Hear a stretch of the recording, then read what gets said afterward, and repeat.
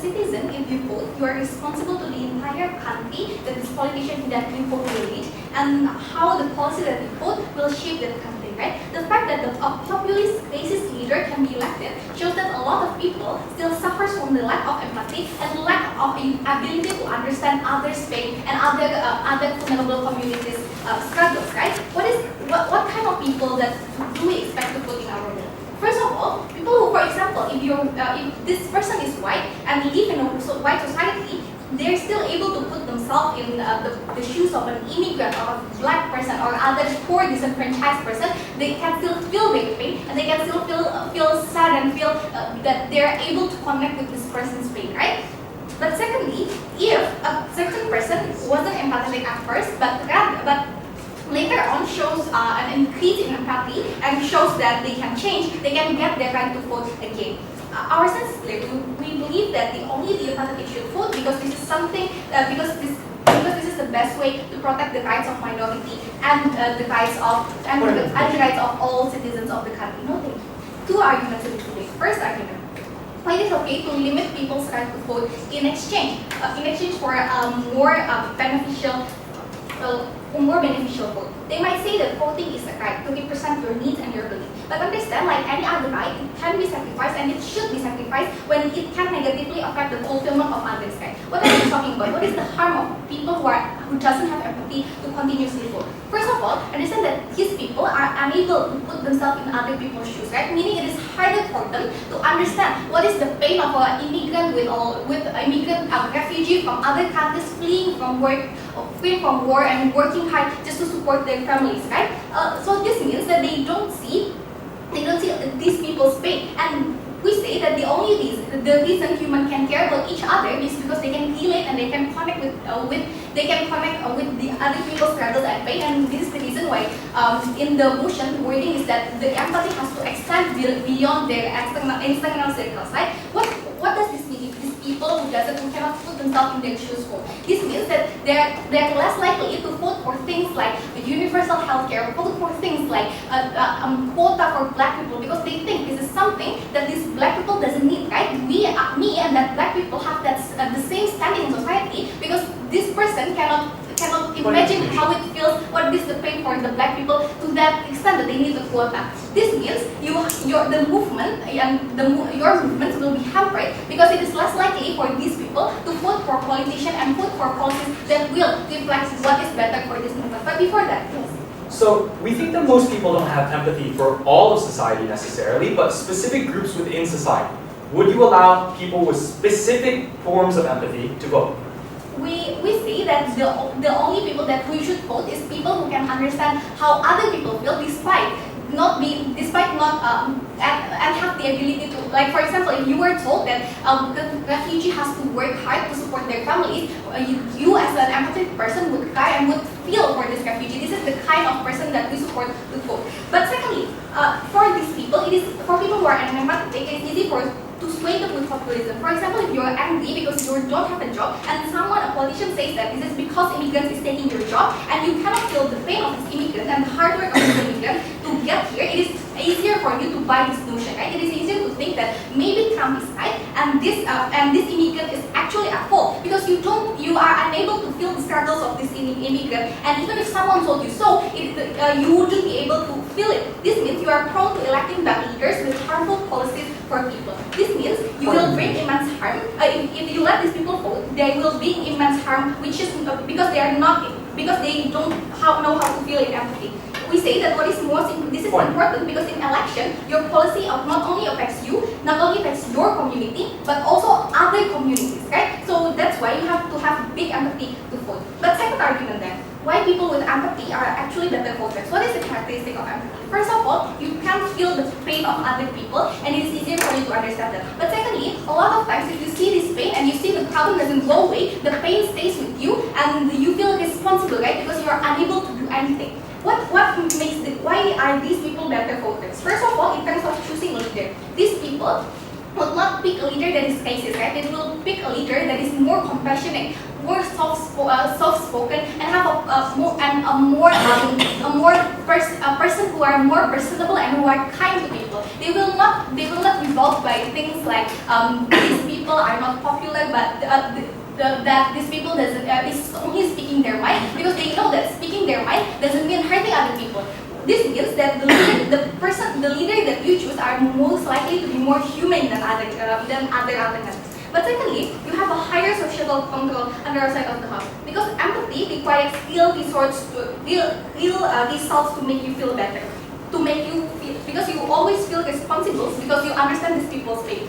This means that if you want, no thank you, the only thing that can appeal to them is healthcare, that the system that works, like healthcare that you help even poor and that really work. And this means that the discussion that will be in politics is pushing for not just promise of good healthcare, but a truly good healthcare that can go to even the poor society and go to the refugees and immigrants. These people will be pushing for the promise to manifest, because they know that there is no, like, the promises doesn't make them feel, doesn't like lessen their responsibility to these people. But secondly, why is the campaign culture better on the other side of the house? Because if you're a politician and you want to appeal to empathetic people, you need to show to these people that you can cater all parts of the society, right? That you're not going to leave people behind despite their white or black or poor or rich. This means that you cannot win using racist rhetoric, you cannot win using populism, you cannot win using things that are undermining other people that are more vulnerable and putting blame at them. This means, at least on our side, the campaign, the discussion between the campaign is who can better help people as opposed to who can blame people the most. And the reason this is important is because your campaign culture shapes how you see politics, right? If you put more empathetic people in this means that a lot of people will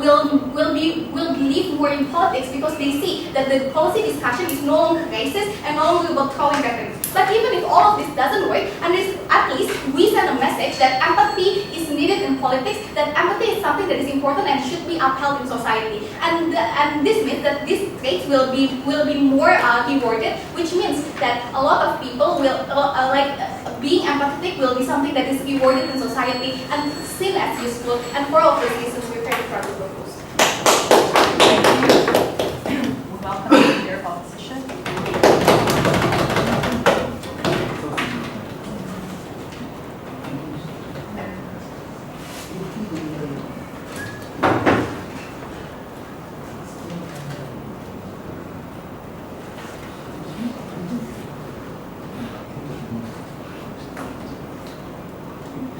Panel, imagine you're a worker whose job is taken away by immigrant workers, whose livelihood is basically non-existent. You want to have a politician who will protect your rights and try to get those works back. However, the government is denying your right to voice up for this very intrinsic right to life by saying that, hey, you're not being empathetic. You should be someone who is altruistic. You should think about the immigrants. It's okay that you're losing your job because we have to help the immigrants first. Just because you're not empathetic, you can never voice up your right. We say this is a world that we should never want to live in. Before I move on to my two arguments on first, why is it principally unjust? Second, why practically it alienates both the grassroots and minorities, which they so much want to protect, also alienates apathetic voters. I like to have two rebuttals on their case. Firstly, we just deny that the problem exists. They're saying that just because people are selfish, that necessarily means that all the policies are bad and necessarily going to harm some kind of minorities. We just don't think it's true, because being self-interested does not mean that the policy you pass will only benefit you, one person, right? For example, a coal miner might think about his own self-interest as having better working labor laws and stuff like that, and that benefits thousands of other workers in the country. Secondly, even if the problem exists, we don't think they actually solve the problem. Three reasons. First, because as our POI has asked them and they have not adequately responded, we say their definition of empathetic is quite ambiguous. They're saying you be empathetic to other people. Okay, right, then xenophobic people are going to be empathetic to other xenophobic people. Sexists are going to be empathetic to other sexists. We say they're simply going to entrench these kind of beliefs by aggregating only those people together because they're empathetic to each other's racist beliefs, and then finally to elect a racist leader. Secondly, even if we say people understand that people are empathetic and people understand that immigrants are suffering and things like that, we just don't think it is a warrant that they'll definitely prioritize the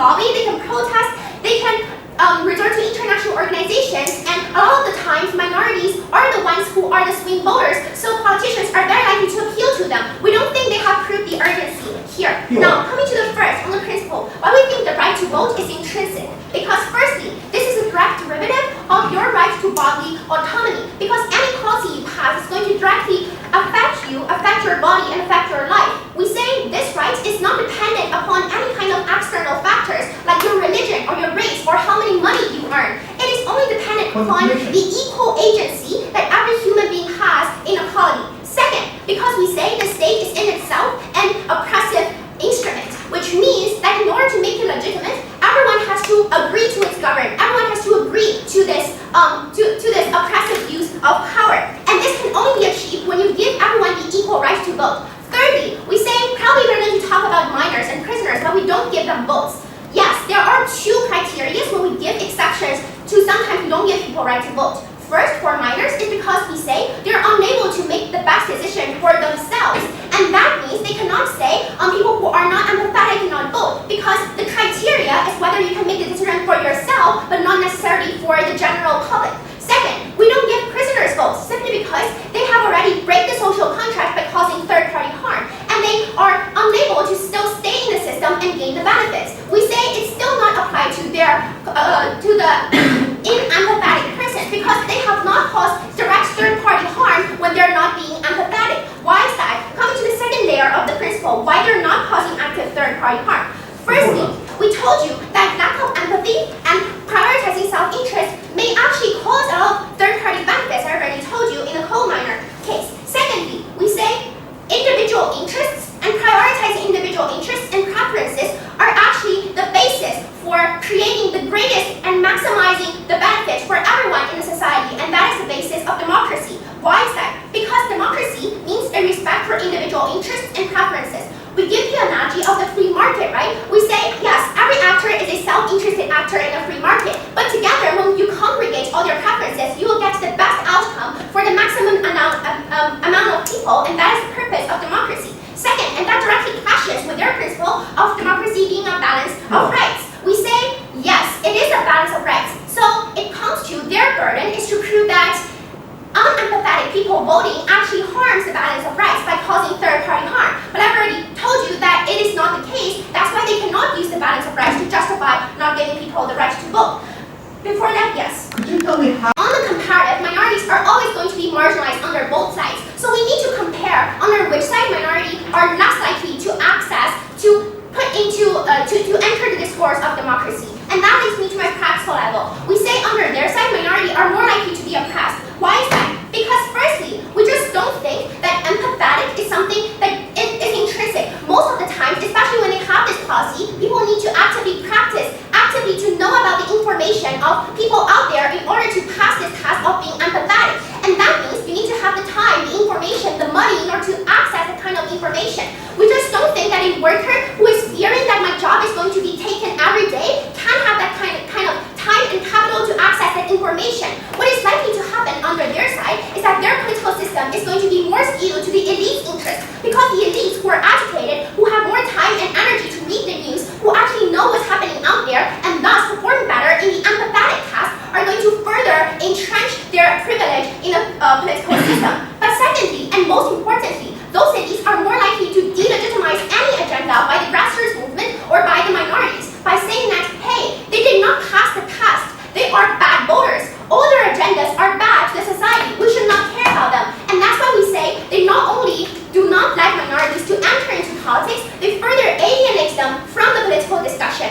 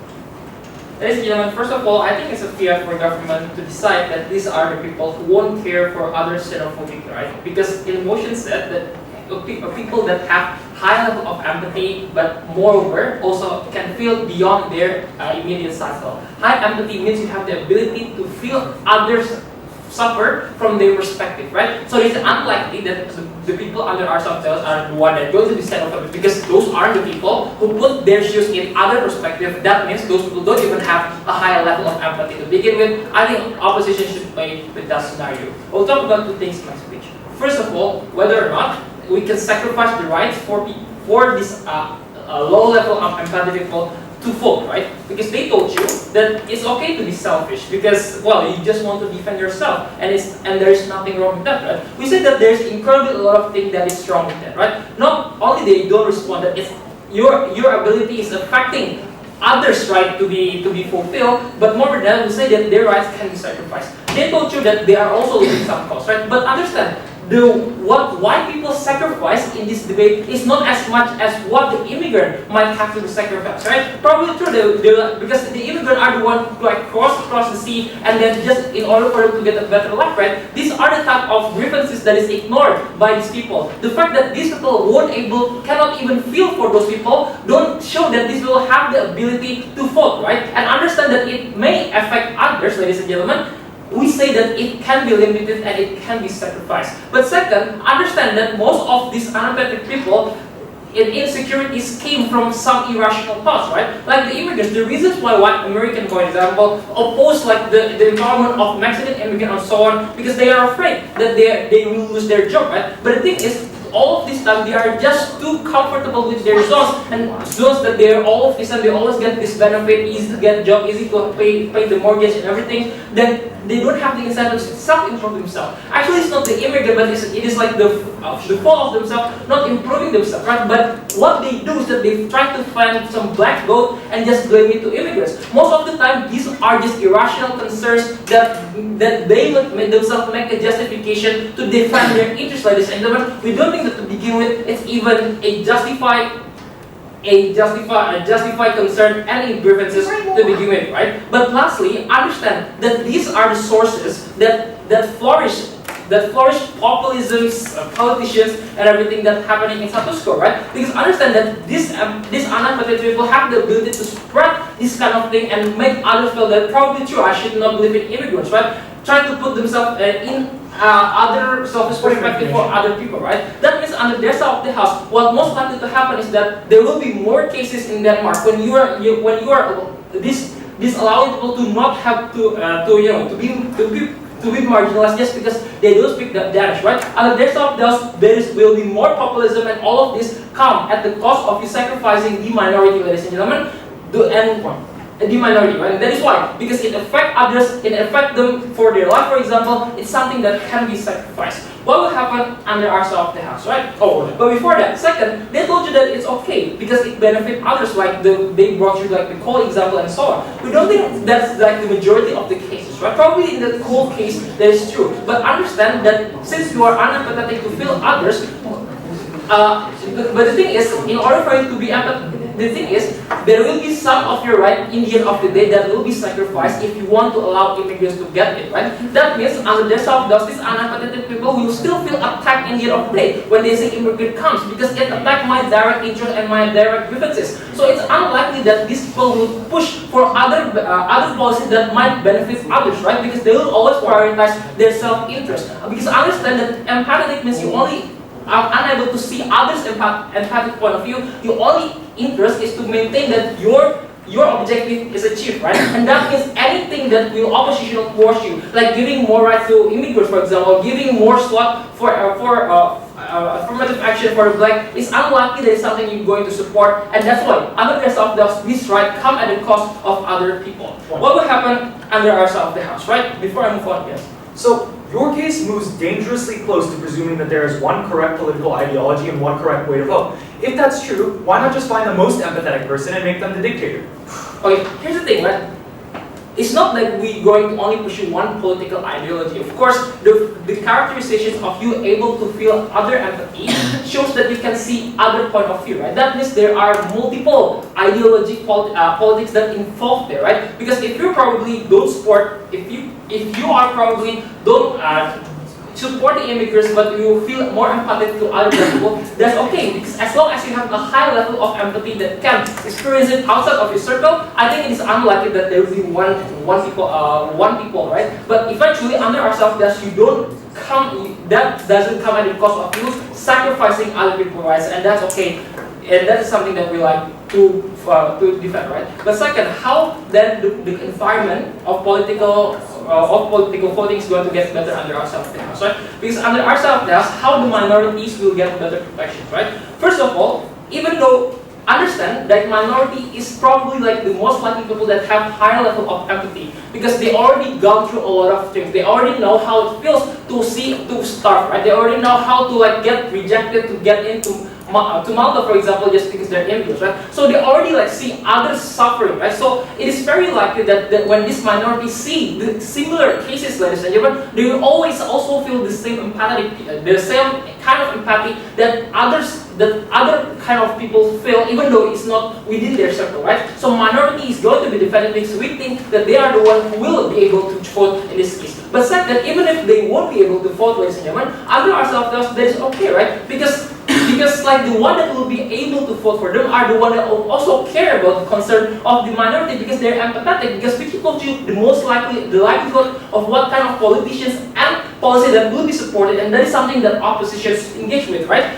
Well, and it is likely that because your voters are empathetic, means that it is more likely going to vote for people who also try to defend and giving more slot to the black minorities in US, for example, or immigrants in Europe, because simply you're empathetic. They told you that okay, the elite will be able to control your policy because they are educated and such, right? First of all, I'm not sure if that's true, right? I don't think that's true because like probably they're educated, so if they're evil, I'm not sure if it is empathetic. But second, understand that the elite is probably only like 1% of the majority. The one that is influential in this voting is like the majority middle class society who won't be like that evil, ladies and gentlemen. Since election is something that's influential to others, we said it's okay to sacrifice some of other rights because it's harming others, and that is why we're voting.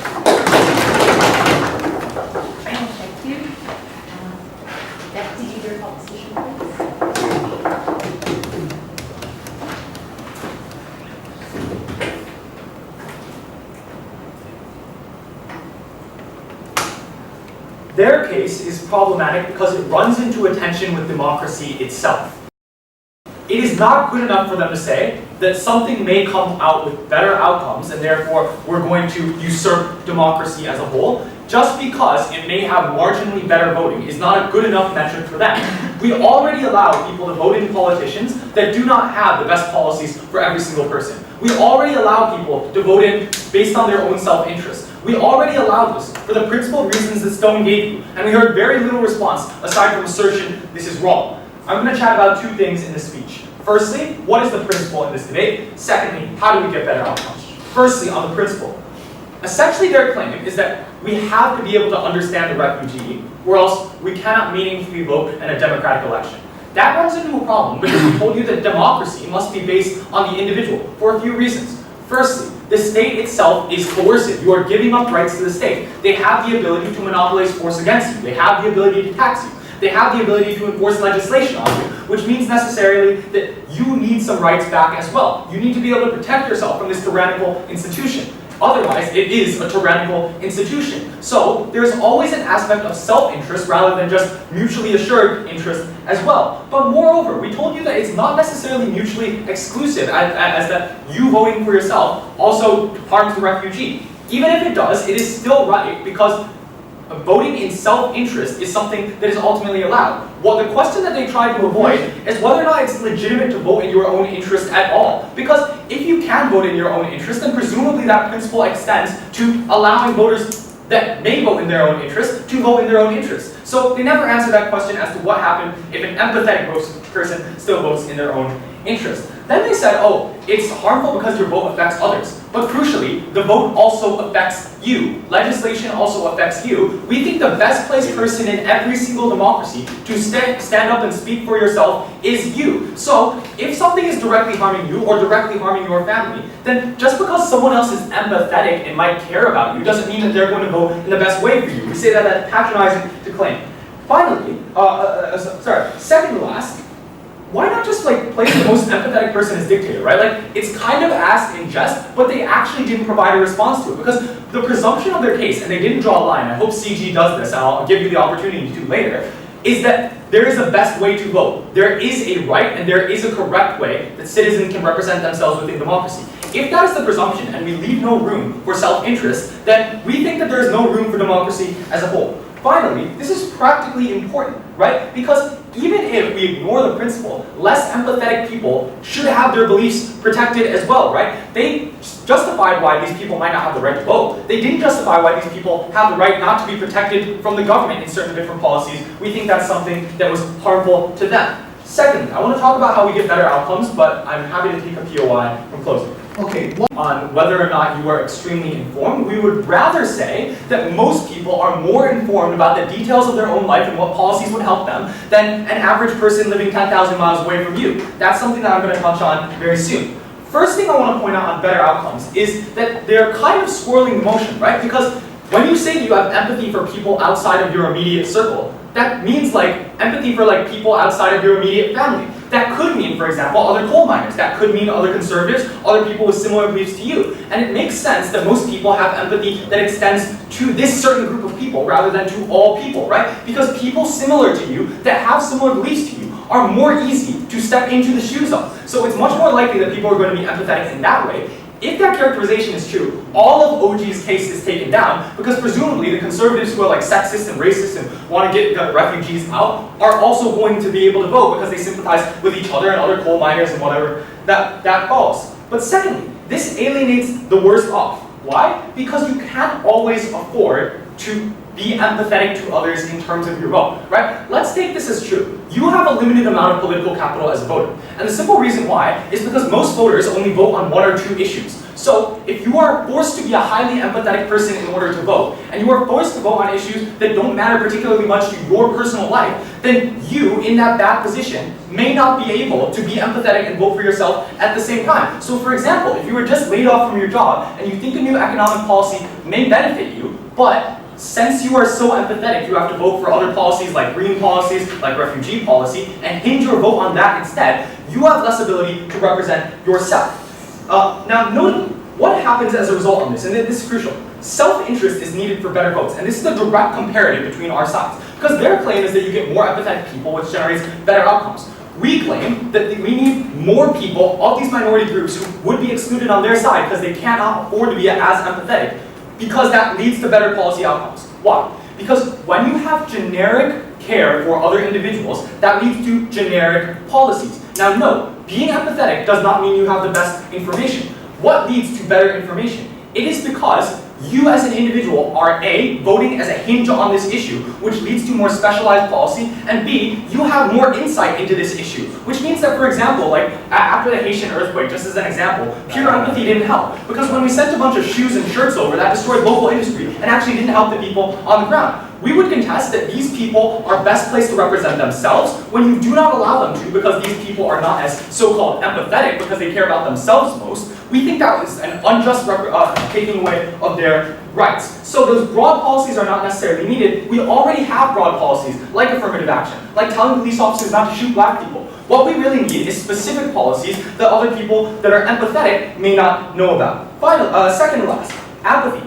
We told you about how this increases voter apathy because it makes it much harder to vote in elections. We think that's generally bad, not only in principle, but also for the fact that we do not want our laws to be engaged with by only like 10 or 20% of the population. We think laws are much more effective and much better in principle when more people are engaged with them. Finally, let's talk about how we inspire more empathy. We told you that empathy is not immutable. This is important for two reasons. Firstly, that is an intrinsic harm of their policy, because people who have a non-immutable characteristic of their life tied to them are not allowed to vote. We think that's problematic. But secondly, buy-in is important, and they stop buying in terms of empathy. Why? person, because voting increases the legitimacy of any policy that comes out of that government. Now, it's not enough for them to bash, because when you vote, when you're not able to vote, you don't support any policy. But secondly, they increase the backlash and increase the hatred, where otherwise it may not be that you hate these people, but you simply don't care about them. They increase hatred when you don't allow these people to vote. Therefore, we think people are best placed to represent themselves. They have the right to. That's why we took this debate.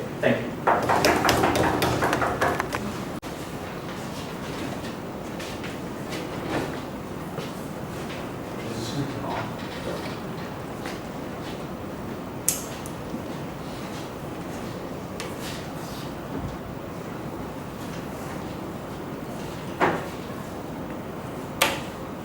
Good.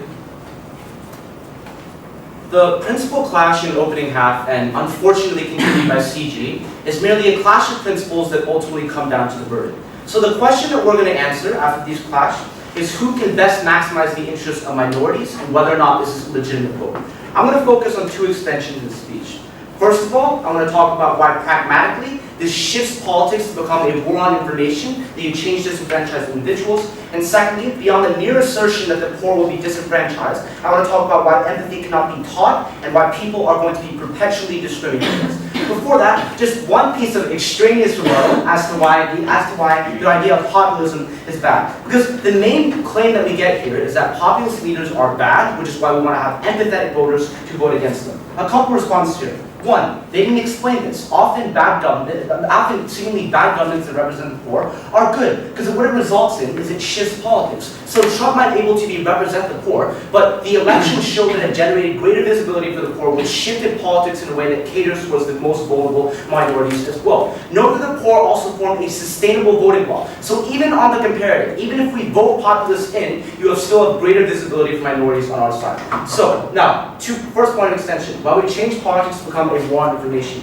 here's where I respond to the burden push, because the principle that we hear along those lines are still similar, that you need to be a rational individual to vote, and given that there are huge repercussions to your vote, you should not be able to do this. So the principle is contingent on consequentialist benefits. I'm going to prove why that's bad there. Two premises under this argument. My first premise is that in order to empathize for certain issues, it requires exposure. It requires you to know the other plight of minorities. And this is where manufacturing consent comes in. That when you go on the media, when you turn on CNN, the very fact of what the media chooses to portray is what shapes your perception of the world and what issues matter most to you. So when we focus on wars like Syria, for example, and the news doesn't focus on wars in Yemen, our empathetic locus of our moral caring becomes shifted towards Syrian people instead of focusing on issues that actually matter.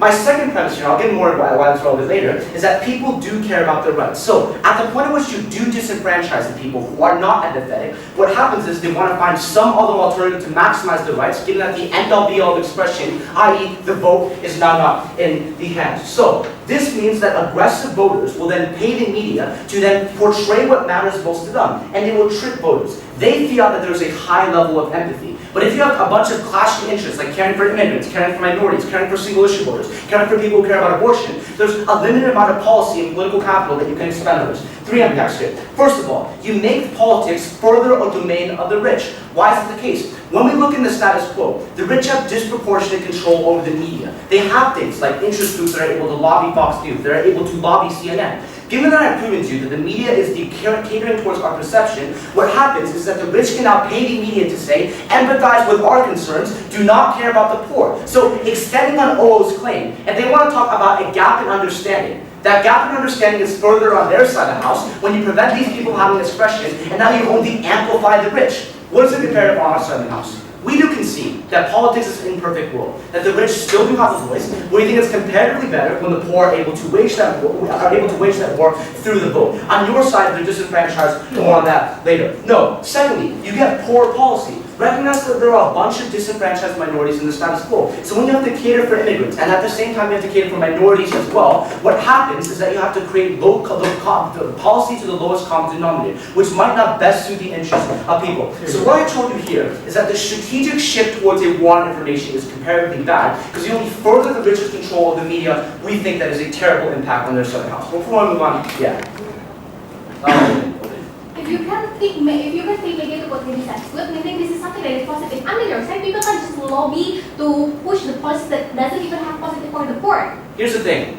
On your side of the house in the 2016 election, They did not focus on the issues of the poor, but Donald Trump was able to win because the poor still have the vote. On your side, the rich can shape the media, but now the poor can't counteract that because they don't have the vote. I'm going to explain why they don't on that. Secondly, why empathy cannot be taught, and so some people are perpetually discriminated against. Owen merely nitpicked the idea of individual circles and talked about access via capital, but I'm going to talk about empathy and why intrinsically we decrease the bar of access here. Recognize that empathy is an emotion. It is our ability to outreach to other people. But often, our emotions are something innate to us and something that cannot be changed. Because emotions are beyond our control. They're conditioned by birth. That some cultures may value certain emotions over other emotions, and our surroundings also do that. So, in the case of the Rust Belt, for example, there's a culture of pessimism there which prevents them from being empathized. Who then are the disenfranchised minorities? The minorities we're talking about will never feel empathy. Why is it the case? Because they have no one to feel empathy towards. Because they are always being continually oppressed. They cannot empathize with their oppressors, because you can't really empathize with people that are oppressing you. But what happens is, they're always going to maximize their own self-interest. And this extends on O, because they merely asserted that these people won't be disenfranchised. But when you see that people are always going to be disenfranchised because they don't have that ability to have empathy, because they're pessimistic by their very nature, what happens is you're never going to give these people the vote. So what happens is you give this to people who can feel empathy. So who are the people that can feel empathy? The people that can feel empathy are people who are already satisfied with their own lives, like the middle class and the rich, who have the time to do that because they already feel happy with their own lives. So those are the people that happen, not the rich, the professionally disenfranchised. What then are the impacts? The first impact that we have is that you harm people, so more specific actors, you harm single issue voters, or people that vote on issues that matter most to them. So it's people, like people who live in the United States, who care about abortion, who want that ability to choice. That's maximized on our side of the house, because we allow them to vote on those issues that matter most to them. They demean that and demean single issue voters because these people don't inherently feel empathy. They just want their policy passed. They don't care about the interests of other people who you think you alienate as well. Secondly, I want to extend on the nuances of policy that OO talked about, because they really said you get better policy because people can understand it better. Given that I told you about media, what happens is that you allow people who choose policy who do not fully know you, and there's a gap in understanding because the experiences you have in poor communities. For example, getting exposed to drug crime, having your parents in prison, is based on exposure. And people think they know these issues, but they really don't. So it's issues like the school and prison pipeline, or maybe giving education to these people when what they know is not education for the next generation, but other people, but education for the next generation, but also, for example, getting welfare as a priority. That's largely demeaned on their side of the house. Why are we better then? In terms of probabilities, we are better because empathetic individuals do not get to pick and choose policies, but instead, people get to choose policies that best represent them, get more nuances to the poor. What then have we told you? First of all, we've given you the mechanism as to how the rich are able to further train politics, and secondly, I told you your nature of empathy and given a link as to why these people are always going to be perpetually disenfranchised. I'm proud to oppose. Thank you.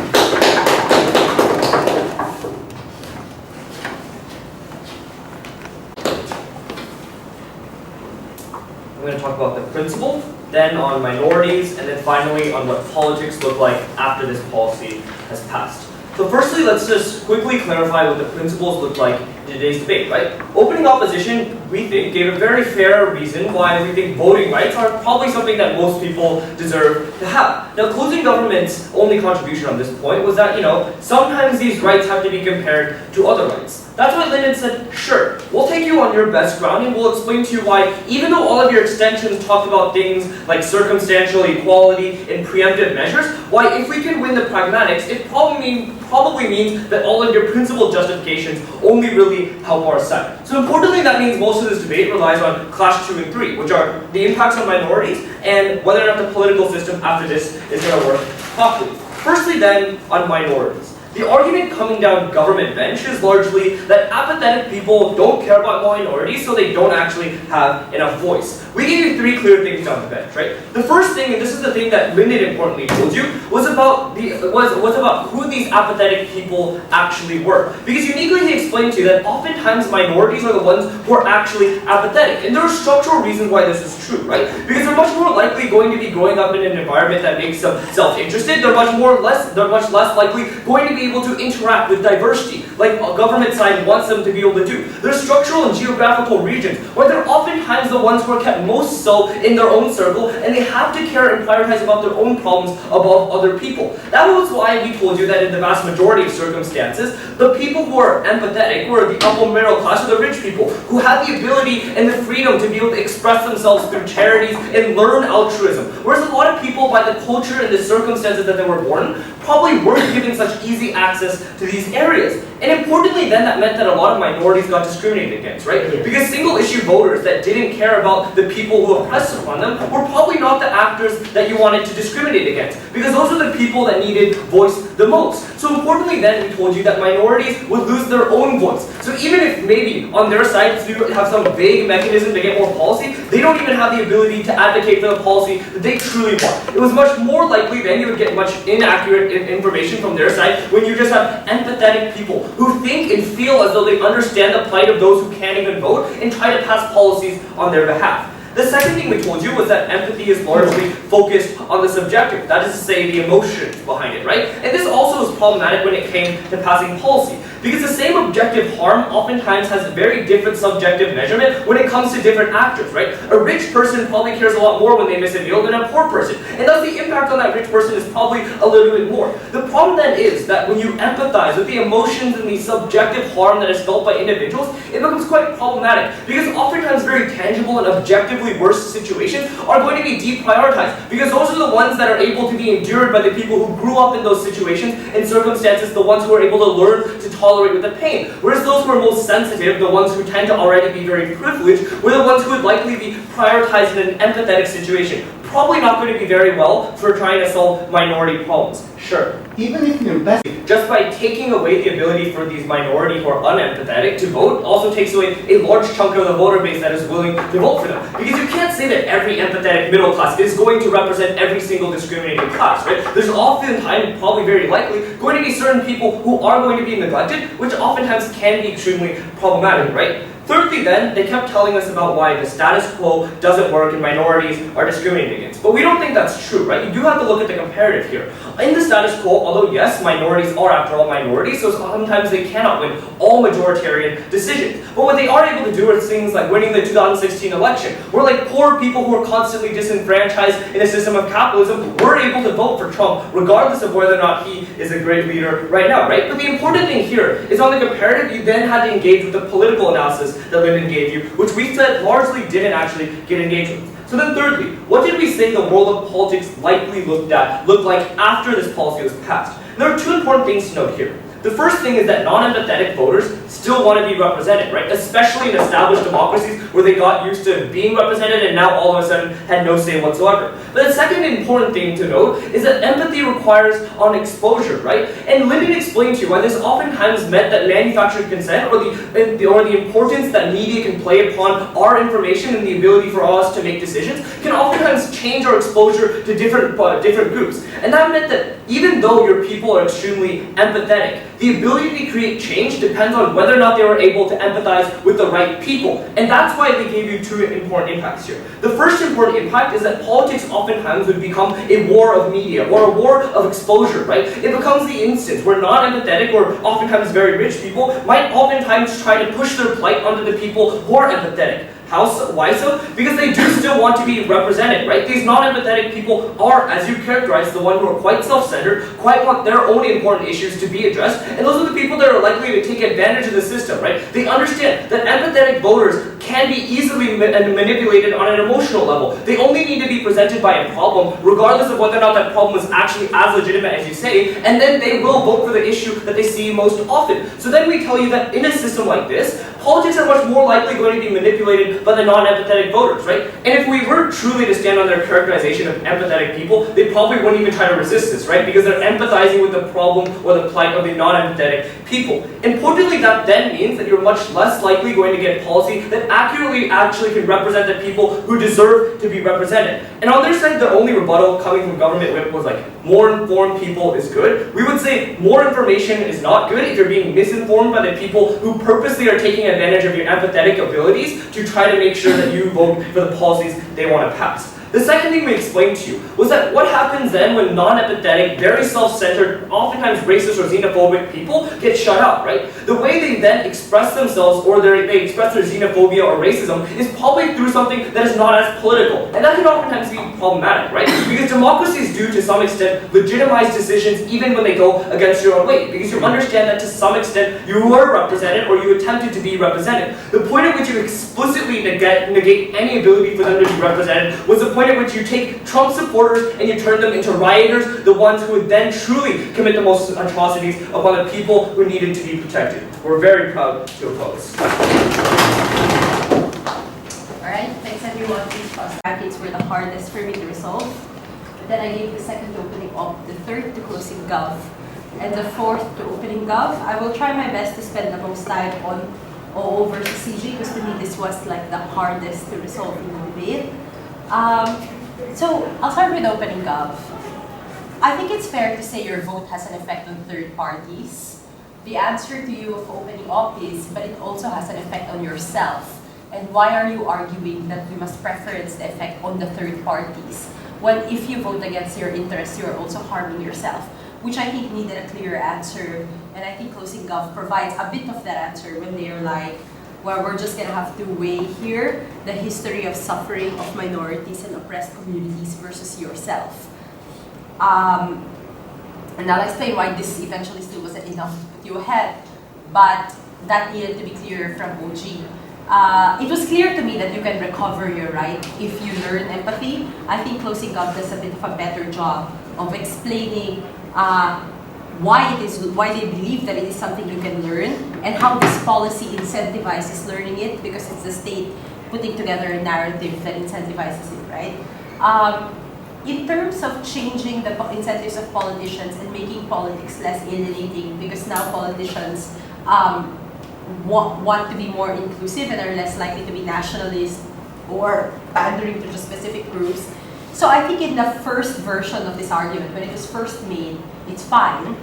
But then this was challenged across all bench, but even in OO, when they were like, this is not what's going to happen, you're going to have politicians still appearing to like parochial sets of interests. So you don't necessarily solve for the problem you're trying to fix. So it's not like all politicians will now want to help immigrants. Like they're going to still appeal to like certain classes or groups of people.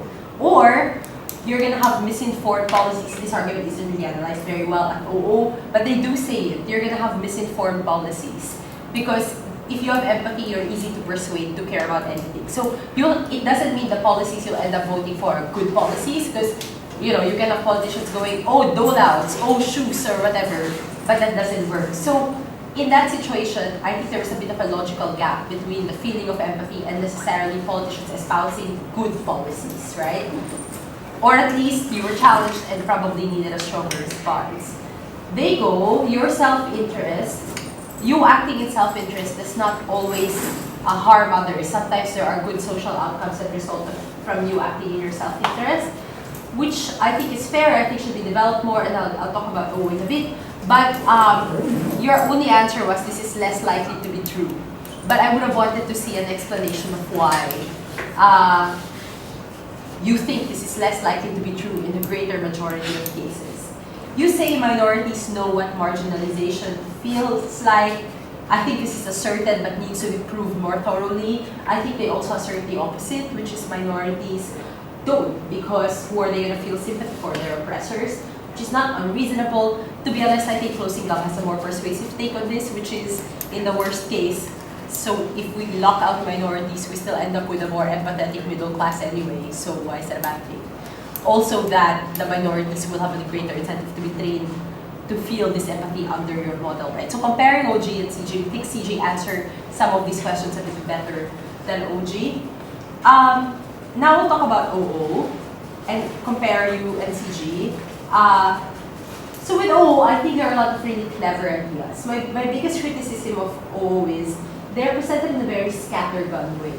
So there's a lot of breadth. It's like if it's a checklist, you tick the boxes. But the analysis isn't very rigorous, right? A lot of times I get headlines, but the claims aren't really proven as clearly as they could be, and I'll explain what I mean when I point to specific examples.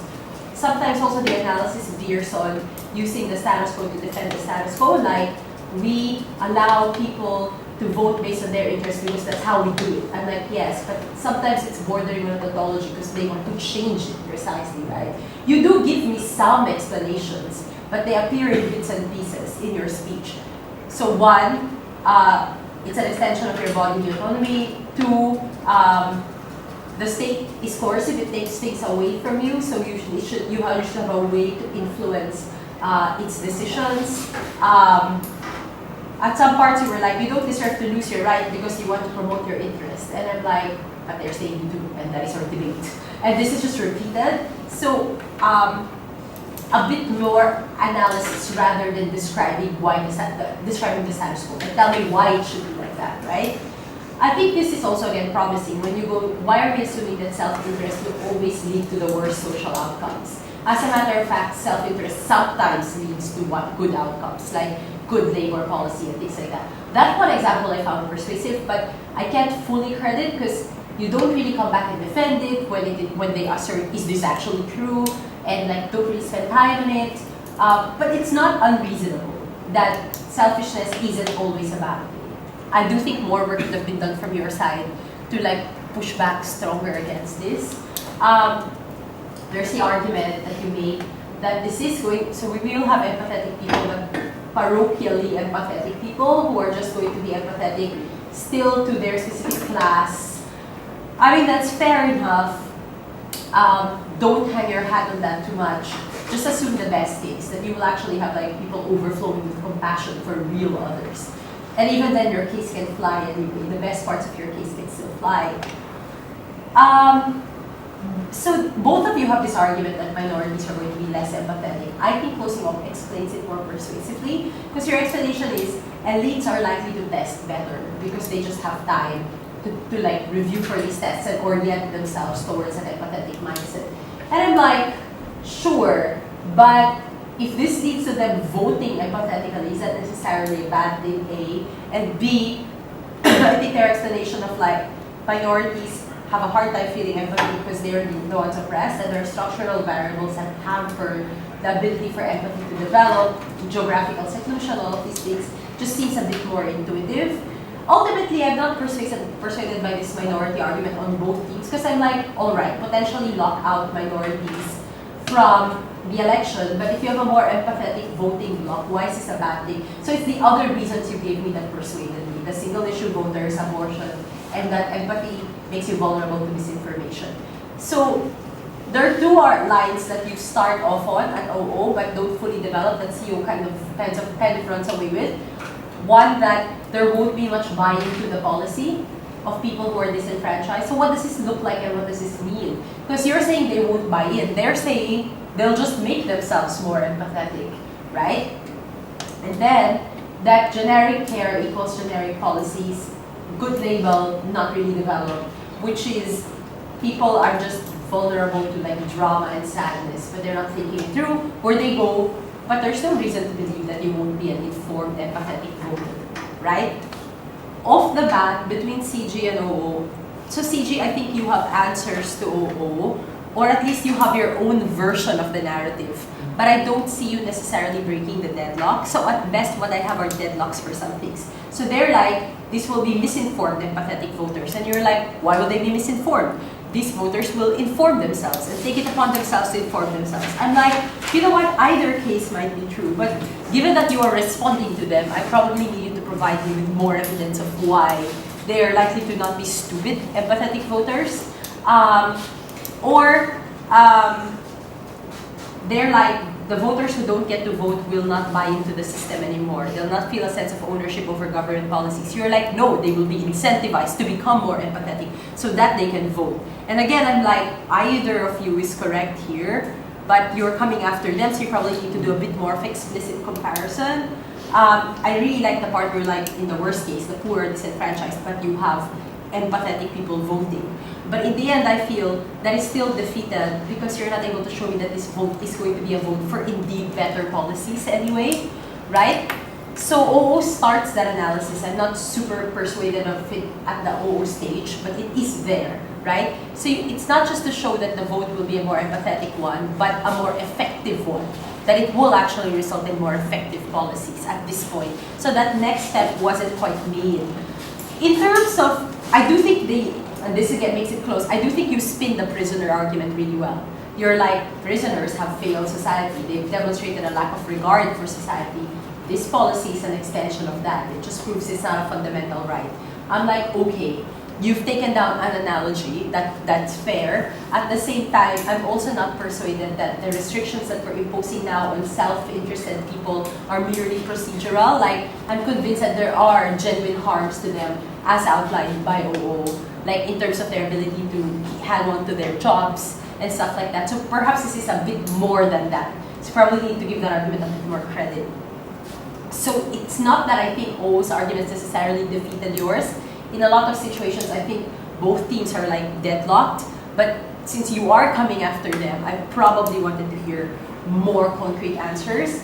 And at the same time, I also think there is a lack of response to some of the key arguments on their side. I think you respond to the minorities part reasonably well. You're just like, no, we don't think they're going to be locked out. We think they can learn, and even if they are, why is this bad? I think the part that is quite strong is when they go, it's not, we seem to be assuming in this debate that empathy is immediately a good thing. It's not, it's a trait. But empathy can also make you less critical as a voter. Empathy can make you quite vulnerable to emotional manipulation and agenda setting. And this empowers the rich even more because they control that discursive space. This ability to manufacture consent and make you feel like they basically set the agenda about what you should feel bad for, and that's dangerous. Now, I'm not saying this is true, but this is reasonably well made, it's plausible, and it's impacted. It needs an answer. I think you need to go, but if our premise is now empathy, and those are the parameters of our discussion, then we will have debates within those parameters. But our debates, we will still have debates about effective policy. It will now just be a question of which is the more effective policy to protect immigrants, but you need to demonstrate that that is the kind of discussion that's going to happen, not theirs, which is like we're bombarded with images of dying children, and everyone's trying to appeal to emotion, and we're not thinking clearly about the policies we want. Versus if you're selfish, you've at least thought it through. So I think that is quite compelling, and that kind of was left to slide, which put them ahead in the round. We have to go, or the lobbyists will shut us. Actually, Sandy will shut the team. So we should go. But see me at dinner. Thank you. Thank you.